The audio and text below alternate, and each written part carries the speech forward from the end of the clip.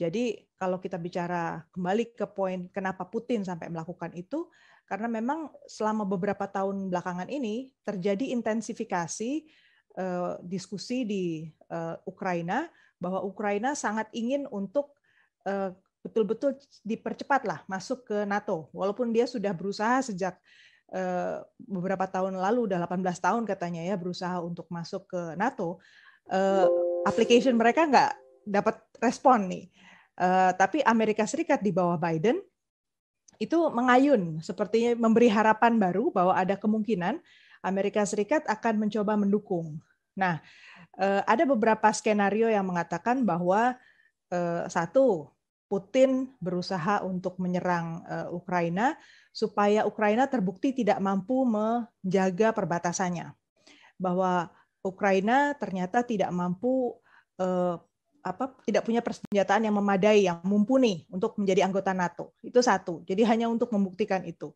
Yang kedua, kenapa Putin melakukan itu? Karena merespon langsung tekanan dari Amerika Serikat yang memang secara terus-menerus dan sampai terakhir tanggal 22 Februari ketika dijanjikan akan ada pertemuan empat mata antara Menteri Luar Negeri Blinken dengan Menteri Luar Negeri Rusia, itu dibatalkan. Artinya jalur diplomasi untuk bicara soal Ukraina itu ditutup. Sementara narasi yang berkembang tentang Rusia tetap naik terus, bahwa pasca ada serangan terhadap penyerahan dukungan pada dua wilayah wilayah di dalam Ukraina yang kemudian diberi dukungan penuh oleh Rusia, itu makin membuat panas juga pihak Amerika Serikat. Jadi ini ada tawar-menawar yang dilakukan oleh Rusia dengan Amerika Serikat. Jadi ada relasi bilateral juga yang kita perlu pertimbangkan. Jadi itu dua hal.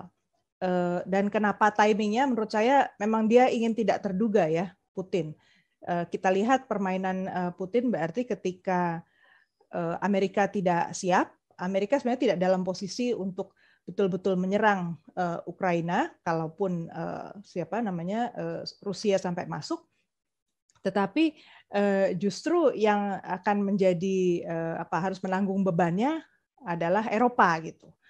Jadi kita bisa lihat bahwa pada akhirnya leverage atau daya tawar Rusia itu menjadi lebih besar dengan dia melakukan serangan ini. Itu saya melihat motivasinya seperti itu ya, walaupun rentetannya panjang, kira-kira begitu background-nya. Terima kasih sudah nonton, jangan lupa like, subscribe, dan share ya.